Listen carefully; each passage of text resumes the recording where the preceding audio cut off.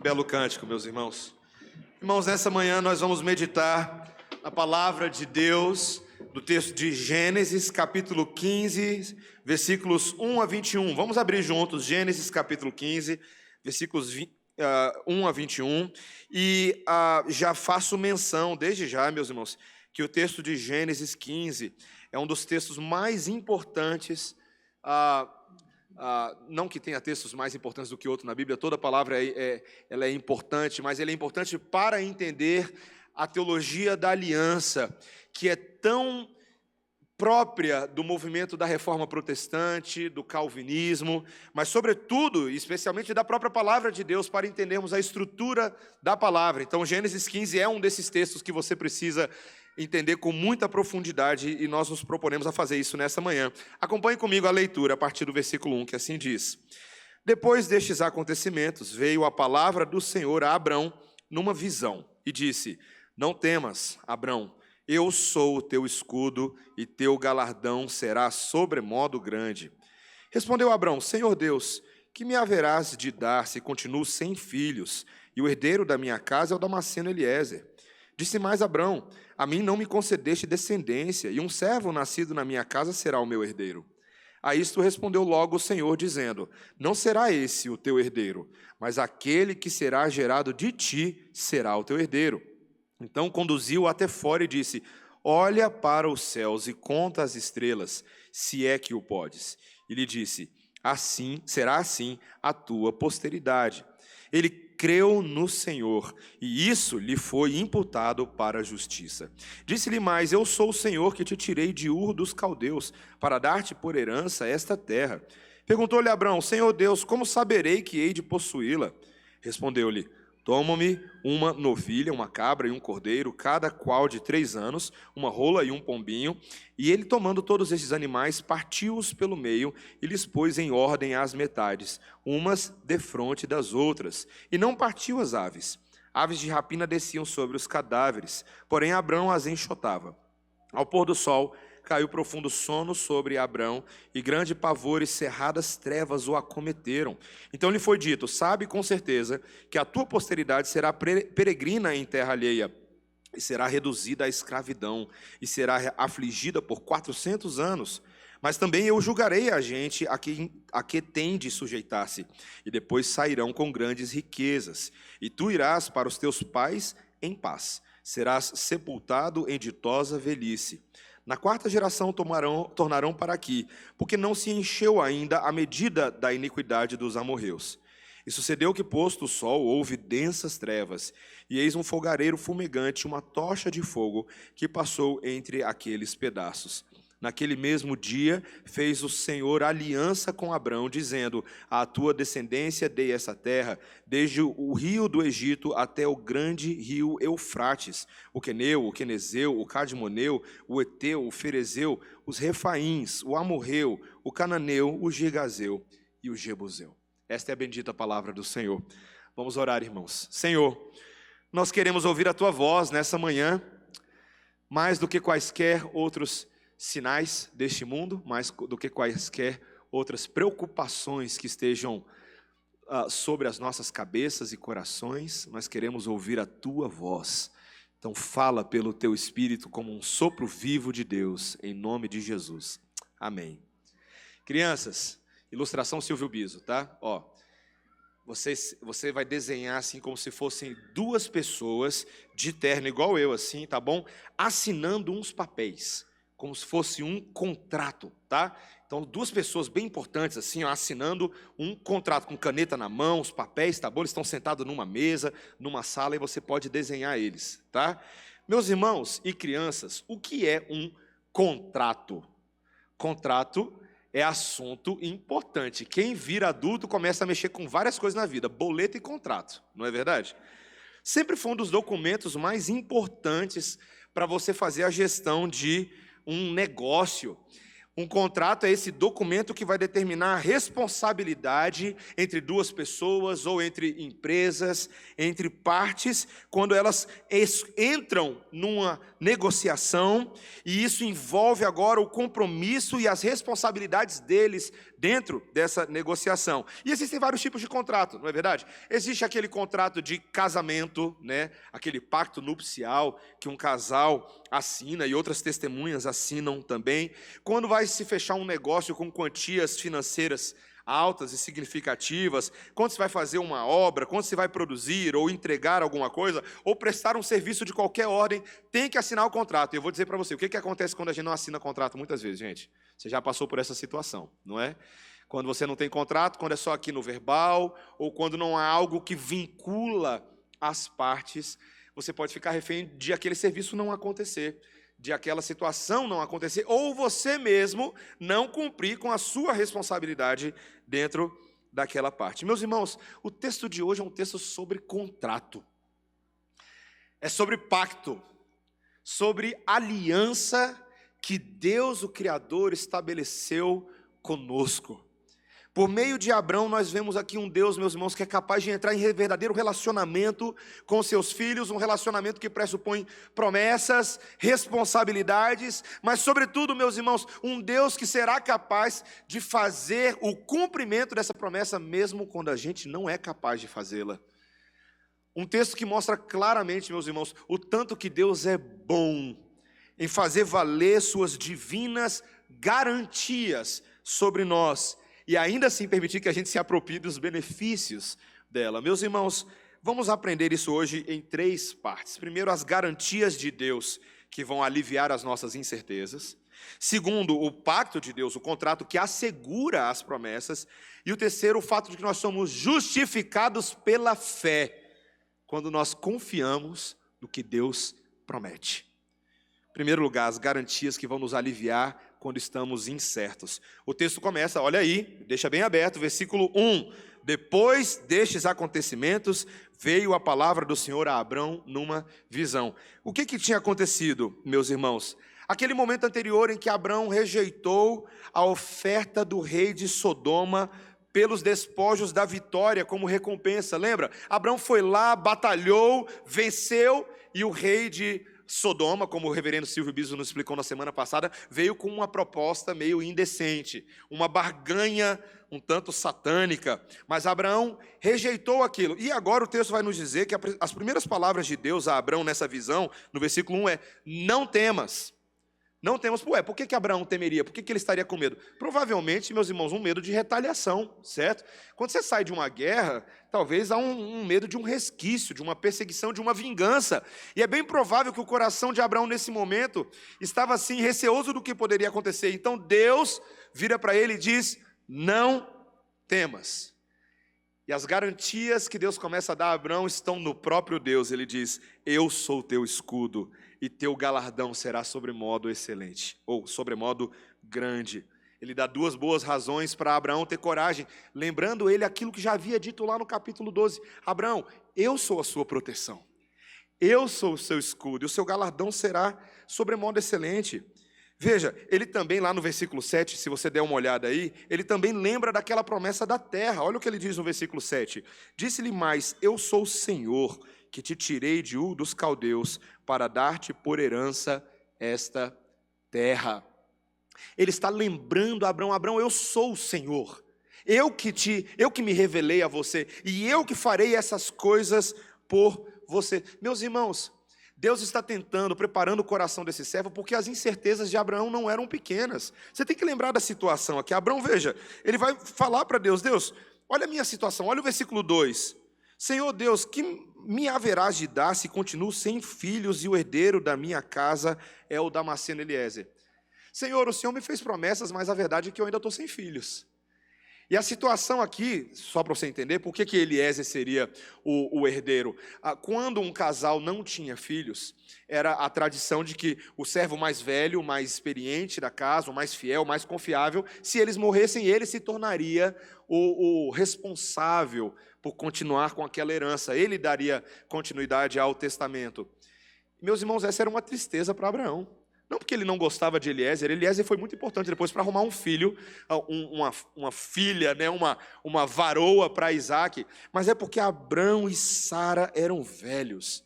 E a promessa ainda não tinha se cumprido. Isso trazia tristeza ao coração de Abrão. Também no versículo 8 ele pergunta, veja lá, olha no versículo 8. Senhor Deus, como saberei que eu hei de possuir uma terra? O Senhor está me falando de uma terra, mas cá estamos ainda, nessa situação. Meus irmãos, veja, Abraão está tentando fazer aquela promessa impossível da parte de Deus se encaixar na realidade de vida dele. E não é necessário, você vai perceber que no caso de Abraão não era que ele era incrédulo, que ele estava contra Deus. É porque ele justamente cria nessas promessas, ele queria se apropriar delas. Ele era zeloso, ele falou, Deus, como é que esse negócio vai acontecer? Eu quero ver. Meus irmãos, é tão bom quando nós oramos pedindo a Deus para nos dar certezas e Deus decide responder a oração e dar certezas.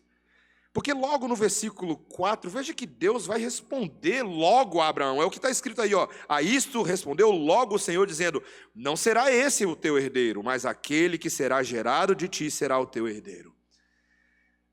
Fica tranquilo, Abraão.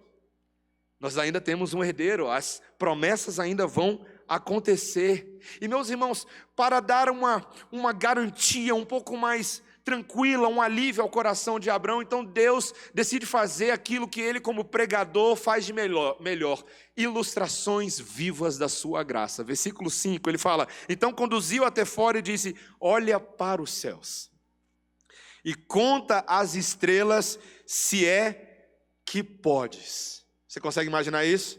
Você indo lá para fora, então provavelmente aqui o horário, né, já era ao cair do dia. E ele manda, vai lá, Abraão, conta as estrelas. Já fez esse exercício antes? Já fez? Crianças, já tentou contar quantas estrelas tem no céu? Eu já tentei. E logo eu desisti. Porque é muito mais do que a gente consegue contar. Especialmente se você for para um local que não tem a interferência das luzes urbanas, não é? Porque às vezes quando assim, o céu está muito claro, você não consegue ver. Mas quando você vai para a fazenda, para a roça, assim, tenta contar a quantidade de estrelas.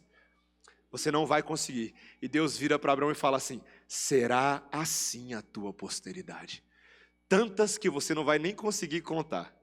Meus irmãos, a gente ao longo da vida, a gente vai percebendo a doce ironia de Deus, né? Quando você vai para a praia, já aconteceu de você ir para a praia, e você assim, pegar um punhado de areia na mão e tentar contar quantos grãos tem? Já tentou fazer isso? E aí Deus ironicamente nos lembra de novo na sua palavra que é, quão incontáveis os grãos de areia é assim a minha posteridade.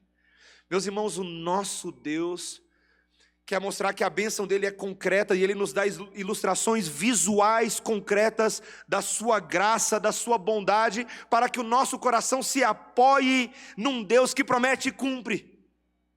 Quando eu era pequeno, meus irmãos, lá na minha antiga igreja, os adultos decidiram fazer uma festa chamada Festa na Floresta, uma peça de teatro, chamada Festa na Floresta. A ideia era basicamente os animais exaltando a Deus por meio das suas vidas.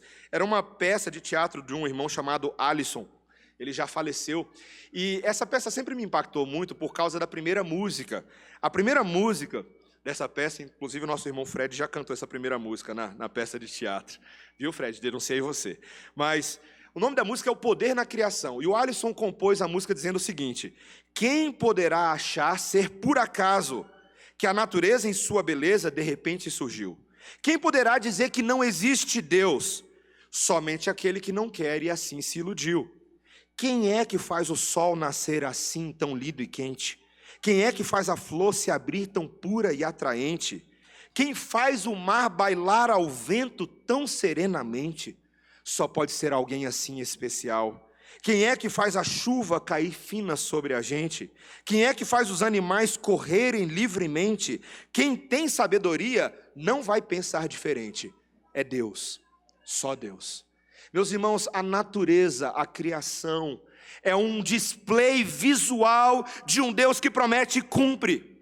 Quando eu e você olhamos e apreciamos as coisas que Deus criou de forma visual, estamos nos lembrando daquilo que Deus tem prometido eternamente na sua palavra. E isso conforta e consola o nosso coração. Deus é especialista em nos assegurar e nos aliviar por meio de coisas visuais. Você sabia que a ceia do Senhor e o batismo são sacramentos que Deus instituiu que tem um elemento visual, porque afinal de contas, quando acontecem, você está vendo.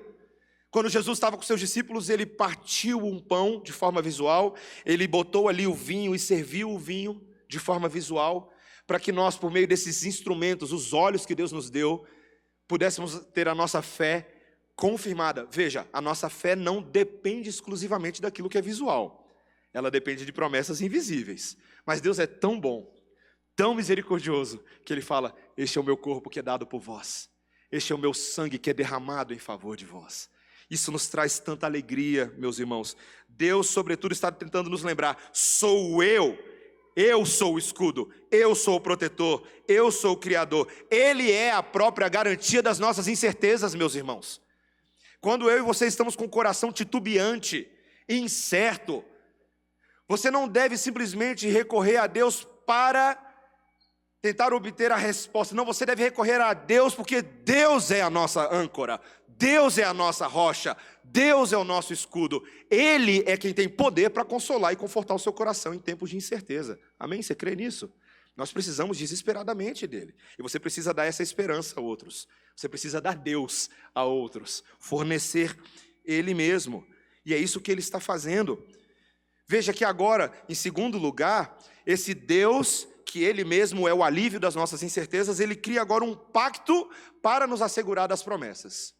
Meus irmãos, esse é o nosso segundo ponto. Deus sabia que Abraão precisava de algo além do que coisas visuais. E Ele decide, então, verdadeiramente, entre os versículos 9 a 17, fazer uma aliança. Essa aliança, dentro da teologia, meus irmãos, tem sido chamada de aliança abraâmica. Aliança abraâmica. Quando você vai lá estudar a teologia do pacto, você precisa estudar que Gênesis 12, Gênesis 15, Gênesis 17 são os textos da aliança abraâmica, que também é chamada de aliança da promessa. Tá? E é muito importante que você entenda o conceito de aliança. Aliança, a palavra hebraica, berit, tá joia? Ela significa literalmente a ideia não só de você fazer uma aliança, mas de você cortar uma aliança. Interessante, né? Haviam práticas no Antigo Oriente Próximo, que os próprios povos adotavam, que quando eles iam fazer um contrato um com o outro, eles entravam num rito, e aquele rito pressupunha que eles iam fazer uma aliança formal, eles iam cortar uma aliança. E o que é esse negócio de cortar aliança? Veja que Deus então vira para Abraão e manda ele separar alguns animais do seu uso corriqueiro. Você viu aí o que ele diz no versículo 9? Olha aí: toma-me uma novilha, uma cabra e um cordeiro, cada qual de 3 anos, uma rola e um pombinho. O sistema sacrificial de Israel ainda não havia sido estabelecido, mas Deus já está antecipando a Abraão aqueles elementos que estariam lá no sistema cerimonial de Israel. E o que é interessante, meus irmãos, é que Abraão vai lá então, e ele parte agora esses animais e os dispõe de frente um ao outro. Vai construindo a cena aí, tá?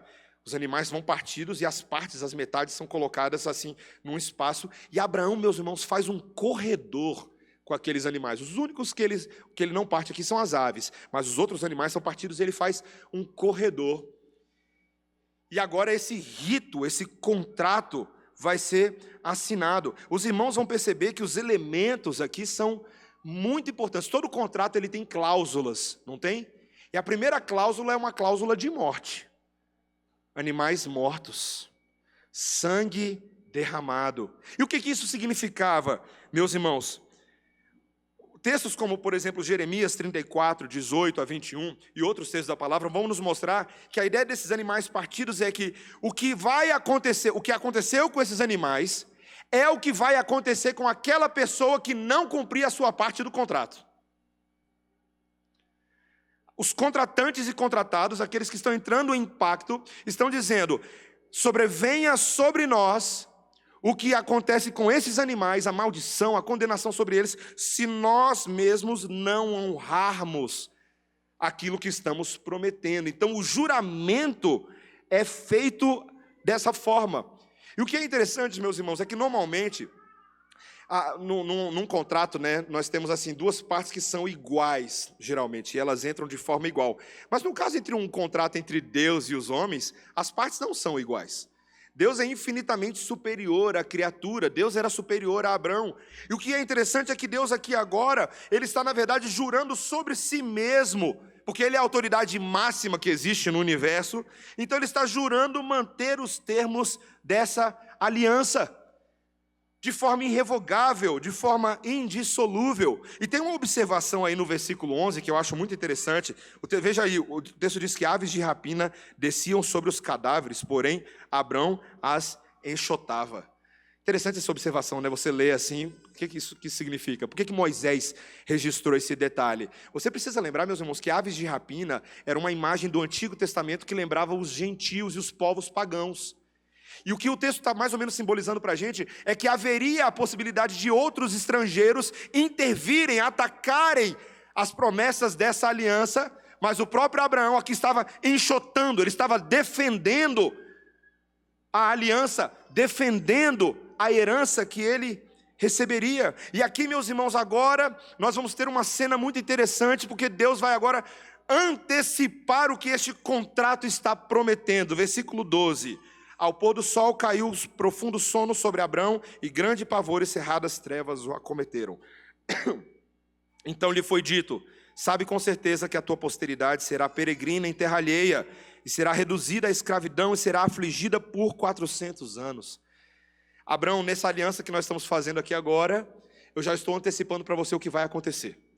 Seus descendentes, que virão por meio do seu descendente, daqui a um tempão, eles vão ser escravos de uma nação por 400 anos. Que aliança precisa, hein, meus irmãos? Que Deus de dar uma precisão, falar exatamente por quanto tempo, e era um longo período de tempo.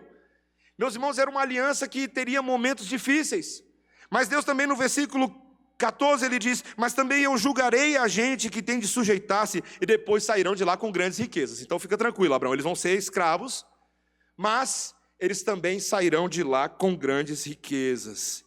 E versículo 15: e tu irás para os teus pais em paz, serás sepultado em ditosa velhice, na 4ª geração tornarão para aqui, porque não se encheu ainda a medida da iniquidade dos amorreus. Meus irmãos, Deus descreve tudo detalhadamente como aconteceria no passo a passo desse contrato. Agora deixa eu te fazer uma pergunta: quem é que estava lendo essas palavras? Quem foi que escreveu o livro de Gênesis? Moisés, certo? Para quem que ele escreveu o livro de Gênesis? Quem foi a audiência original do livro de Gênesis? Os israelitas que estavam nas planícies do deserto. Eles estavam lendo palavras que haviam sido ditas por Deus há muitos anos atrás, detalhadamente sobre o que haveria de suceder com relação a eles mesmos. Meus irmãos, você já imaginou o tamanho do consolo, do fortalecimento, da bênção para o coração de alguém falar assim: Deus já sabia que vocês iam ser escravos 400 anos, Deus já sabia que vocês iam sair do Egito, Deus já sabia que vocês iam ter muitas riquezas, Deus, fica tranquilo que ainda ia ter o problema dos amorreus, que eles iam ter que resolver, mas fica tranquilo, Deus vai resolver também, a medida deles vai se encher, Deus vai julgá-los. Meus irmãos, o nosso Deus em aliança promete, antecipa, prevê tudo o que vai acontecer com as nossas vidas para trazer segurança aos participantes dessa aliança. E o que é impressionante, meus irmãos, é que Deus se compromete a cumprir isso unilateralmente. Um juramento de morte, um juramento com um plano de forma unilateral. Você percebeu o detalhe do que aconteceu no versículo 12? Olha o versículo 12, olha o que está escrito: ao pôr do sol, caiu profundo sono sobre Abrão, e grande pavor e cerradas trevas o acometeram. Ué, meus irmãos, essa cena é muito engraçada, né? Abraão foi lá, cortou os animais, preparou o contrato, mas na hora de assinar, o que ele fez? Dormiu. Dormiu. Um sono. Provavelmente ele devia estar muito cansado, né? Ele devia ter levado aqui o dia inteiro, não sei quanto tempo, cortando esses animais. Mas, meus irmãos, um sono misterioso veio sobre ele. Isso é impressionante. E aí, obviamente, se eu fosse, né? Se eu estivesse me casando com alguém e minha noiva dormisse na hora do altar, a gente espera acordar para assinar, né? Alguém sacode aí. Acorda, né? Acorda, vamos lá, a gente tem que assinar esse negócio, né? Se você veio para o casamento e não me abandonou no altar, é porque você quer se casar comigo, então acorda para a gente assinar. Mas, meus irmãos, não é isso que acontece. Abraão dorme, eu quero só fazer um parênteses aqui. Toda vez que alguém dorme na Bíblia, alguma coisa especial Deus vai fazer, não é não? Não é não? Deus fez Adão dormir, não foi? E quando Adão dormiu, Deus fez o quê? Uma aliança com a costela dele. Não foi? Ele foi lá e tirou uma mulher, e quando Adão acorda, essa afinal é osso dos meus ossos e carne da minha carne, chama-se a varoa, porque do varão foi tomada. Deus, na Bíblia, nessa teologia bíblica do sono, Deus faz muita coisa enquanto os servos dormem. Abraão dorme e eis que algo sobrenatural acontece. Versículo 17, meus irmãos. E sucedeu que, posto o sol, houve densas trevas, e eis um fogareiro fumegante e uma tocha de fogo que passou entre aqueles pedaços. Enquanto Abraão dormia sem assinar o contrato, algo aconteceu, alguém assinou o contrato. Deus passou sozinho, em forma de um fogareiro fumegante e uma tocha de fogo, em forma de fumaça e em forma de fogo. Sinais da presença de Deus que sempre acompanharam o povo nas manifestações de Deus. O que os israelitas no deserto, o que estava acontecendo com eles naquele momento, você lembra? Eles estavam no deserto, sendo guiados por Moisés, mas sobretudo por uma coluna de fumaça sobrenatural e uma coluna de fogo que os guiava durante a noite. Você lembra disso? Deus falando, o mesmo Deus que está conduzindo vocês no deserto era aquele Deus que unilateralmente assinou o contrato de aliança. Meus irmãos, que coisa impressionante. Nos anos e nas décadas e séculos que se seguiram, Deus unilateralmente fez valer a aliança dele. Que a gente vai vendo depois, Abraão falhou, Isaac falhou, Jacó falhou, José falhou, Moisés falhou, Davi falhou, mas Deus não falhou. Em nenhum momento. Deus deu a palavra, passou no meio das tochas, passou no meio dos animais, e ele haveria de cumprir tudo aquilo que foi prometido, mesmo no versículo 18 a 21, veja, as palavras que ele falou, naquele mesmo dia fez o Senhor aliança com Abraão, dizendo, depois que Abraão acordou, obviamente, a tua descendência dei esta terra, desde o rio do Egito até o grande rio Eufrates, o Queneu, o Quenezeu, o Cadmoneu, o Eteu, o Ferezeu, os Refaíns, o Amorreu, o Cananeu, o Girgazeu e o Jebuseu. E você lembra muito bem, essas limitações geográficas se tornaram exatamente as limitações da terra prometida de Canaã, que nós vamos ver acontecendo lá no livro de Josué, por exemplo. Deus cumpriu. Exatamente. Eu já dei a vocês. Agora compete a vocês tomarem posse disso. Meus irmãos, a aliança abraâmica é a base para a expectativa de que Deus é um Deus que promete e cumpre.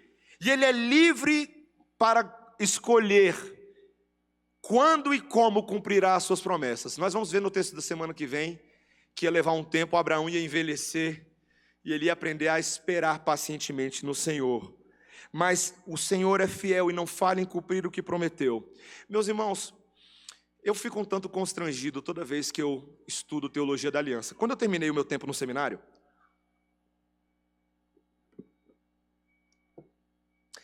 tinha terminado ali 2014 nos Estados Unidos e estava fazendo uma prova final. O seminário tinha uma prova carrasca. A prova era um teste de conhecimentos bíblicos e decorar todo o breve catecismo de Westminster e ir para a prova.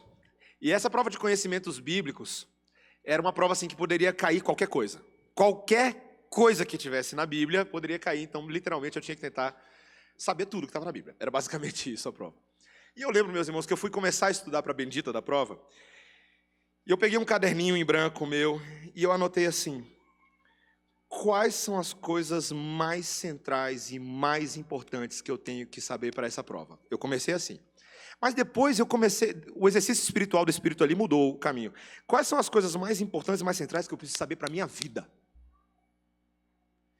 Meus irmãos, eu me lembro, o Espírito me levando a meditar sobre o pacto de Deus em Abraão. Porque esse pacto, meus irmãos, ele fala muito sobre quem Deus é e sobre muito de quem nós somos. Deus é muito bom para ser verdade, meus irmãos, e Ele é verdadeiro. E nós somos, infelizmente, muito maus. Porque o maior de todos os mandamentos dentro de um pacto como esse é amarás o Senhor, seu Deus, sobre todas as coisas, de toda a tua força, de todo o teu coração, de todo o teu entendimento, de toda a tua alma. Meu irmão, é isso que eu e você fazemos todos os dias? Você ama a Deus mais do que todas as coisas? Você faz dele a prioridade máxima em todas as suas decisões? Meus irmãos, nós por natureza somos quebrados. Nós somos uma parte infiel desse pacto. Nós somos dorminhocos de plantão. A gente dorme no ponto o tempo todo. Nós somos como discípulos que se empolgavam quando viam o milagre acontecendo, mas 3 minutos depois quebravam o pacto com palavras, com pensamentos, com competição entre eles. Quem será o maior do reino de Deus? Eu fazendo a devocional com Melissa e Daniel essa semana, em Marcos. E aí chegamos lá, a discussão entre eles, quem será o maior do reino de Deus? Aí a Melissa, eu! Ô, minha filha, é o oposto que Jesus está tentando ensinar. Eu quero ser o maior!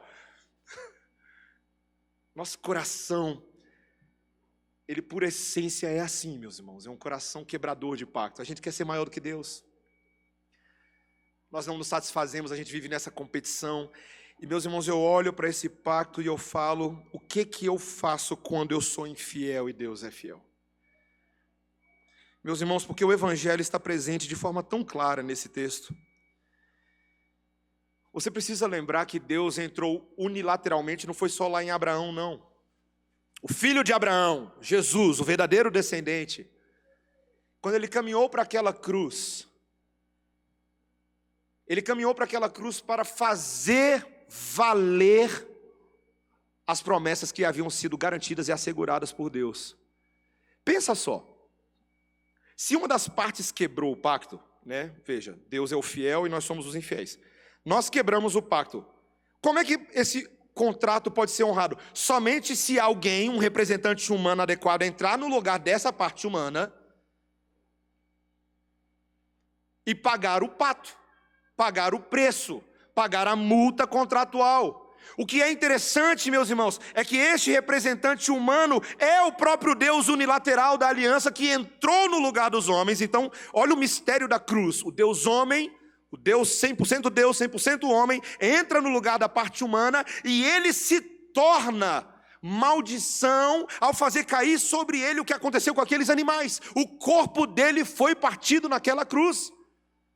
Quando o pão é partido, pensa nessa cena do meio de graça da aliança. Quando o pão é partido, eu e você estamos vendo Gênesis 15 em Cristo Jesus. O pão partido, o sangue dele, as vísceras dele, sendo derramado. Para que a promessa feita em Abraão alcançasse cada um de nós, que somos filhos de Abraão pela fé. Abra comigo rapidamente em Gálatas capítulo 3, versículo 6.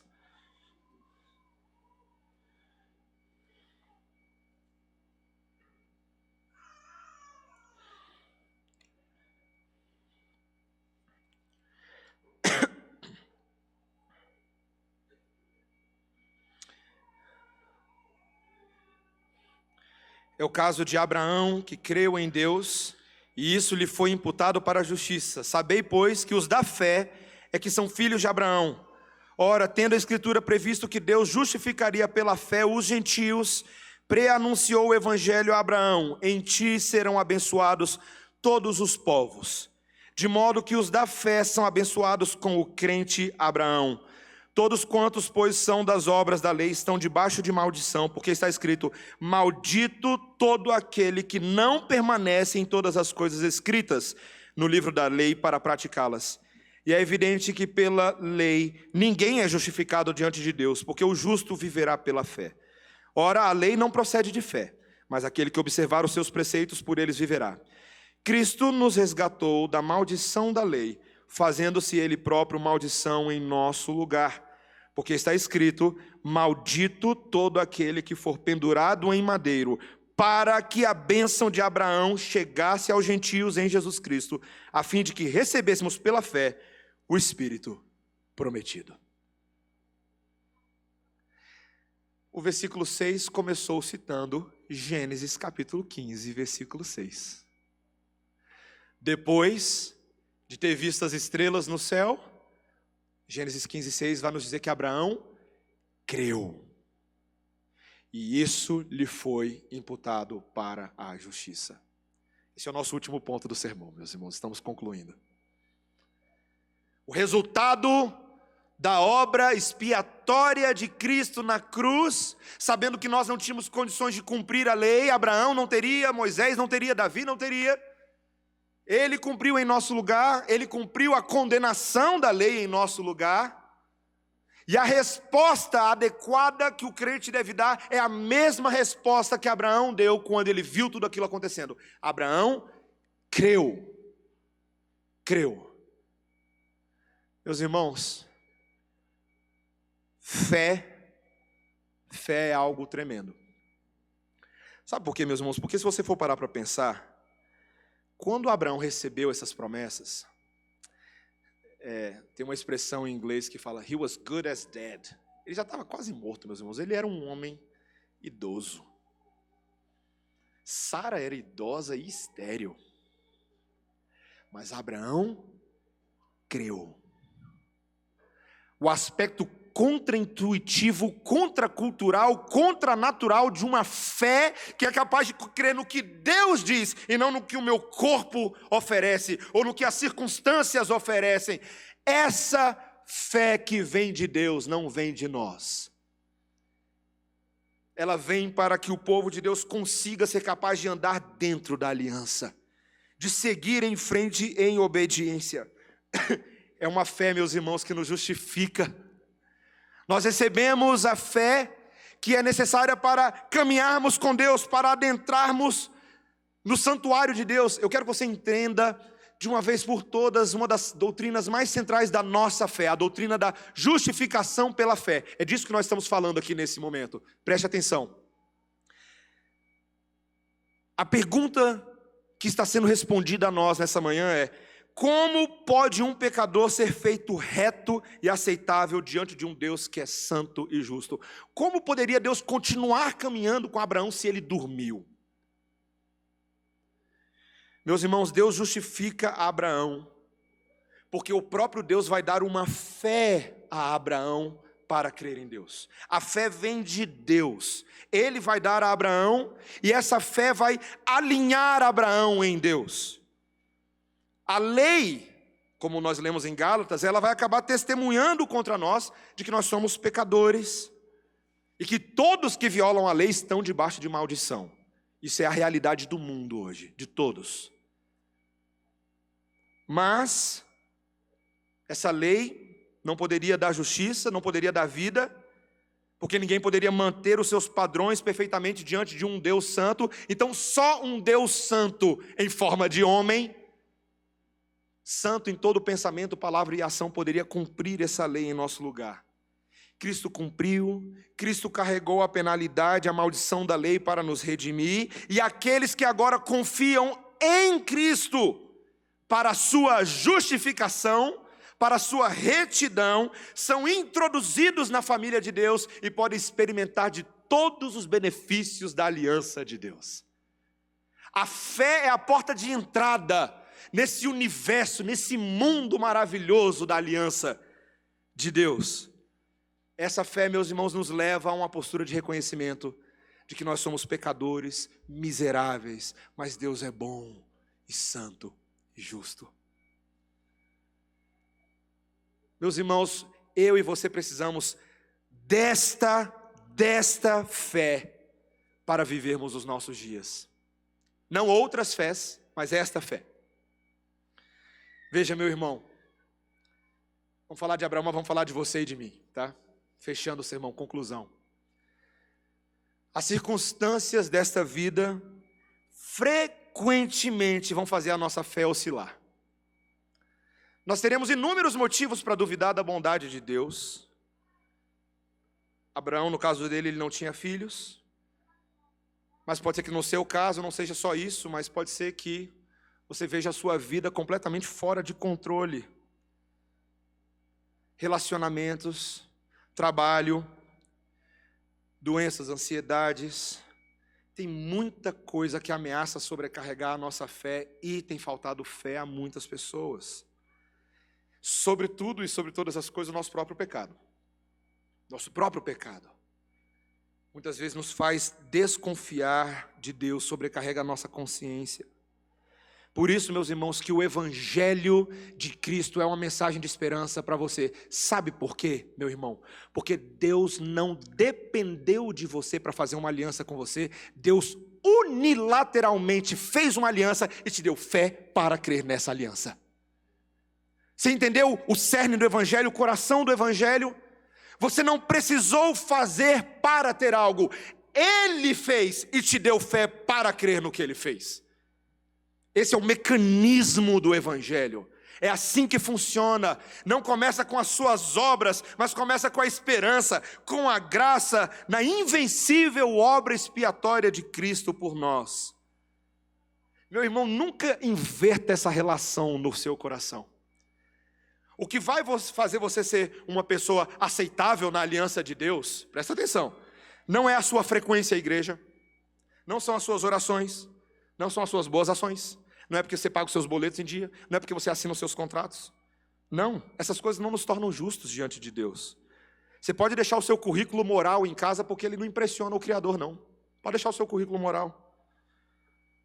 Você é convidado nessa manhã a contemplar o que Deus fez por você.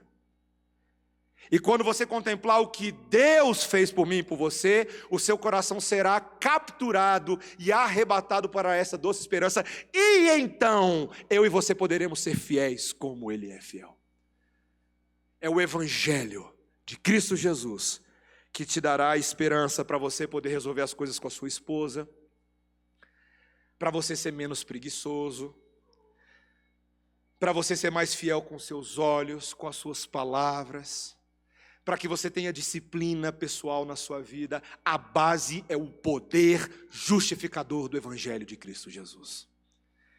E aí sim, meus irmãos, nós podemos caminhar de fé em fé, podemos acordar da nossa leseira espiritual e falar assim: Senhor, eu sei que eu sou infiel, o Senhor é sempre fiel e eu sou infiel, mas Senhor, agora que a tua fidelidade está sendo imputada a mim em Cristo Jesus, como eu posso responder a esse contrato? Senhor, eu não quero ser uma noiva que dorme no altar. Não quero. Eu quero ser fiel, Senhor. Eu quero verdadeiramente responder a sua aliança em fé. Eu quero ser fiel. Meus irmãos, eu não sei qual foi a última vez que você orou por fé, mas a gente precisa orar por fé. Orar por fé. Faça disso uma meta sua diária. Ore por fé. Senhor, me dá fé para receber a doce luz do Evangelho na minha alma e responder com atos de justiça, com obras de justiça. Meus irmãos, quando nós vivemos assim, nós podemos até parecer um pouquinho mais com Abraão, que se tornou conhecido nas gerações como o pai da fé. Aquele homem fraco, aquele homem falho, se tornou o pai da fé. Um exemplo vivo de pessoas que são fracas e são feitas fortes por causa do Deus forte que está nelas. Que o Senhor, meu irmão, minha irmã, nos ajude a caminhar assim. Que a doutrina da justificação pela fé seja uma coisa importante para mim e para você. Que nós meditemos nela, questionemos se nós cremos nela e vivamos segundo essa expressão. E eu vou terminar lendo Romanos 4, 1-3. Que, pois, diremos ter alcançado Abraão, nosso pai, segundo a carne? Porque se Abraão foi justificado por obras, tem de que se gloriar, porém não diante de Deus. Pois o que diz a Escritura? Abraão creu em Deus, e isso lhe foi imputado para a justiça. Que eu e você creiamos em Deus. Essa é a nossa justiça. Amém? Vamos orar, meus irmãos. Senhor bendito, Pai amoroso, nessa manhã nós nos gloriamos em Ti. Nós precisamos, assim, de palavras que sejam centradas teologicamente no coração da fé. Não estamos pensando aqui, Senhor, exclusivamente nos benefícios materiais e nem mesmo apenas nas recompensas da promessa, mas estamos pensando no relacionamento que o Senhor está oferecendo a nós. O Senhor tem demonstrado o teu grande amor por nós quando unilateralmente enviou o seu Filho ao mundo para que todo aquele que nele crê não pereça, mas tenha a vida eterna. O Senhor fez isso. Compete a nós agora, Senhor, olhar para essa obra, desistir de nós mesmos e abraçarmos o Senhor. Senhor, dá-nos esta fé que move montanhas. Esta é a fé que é capaz de cumprir toda a lei de Cristo, mesmo quando todas as circunstâncias ao redor são contrárias. Senhor, precisamos desta fé. Abençoa o teu povo, Senhor, é a nossa oração em nome de Jesus. Amém. Vamos ficar de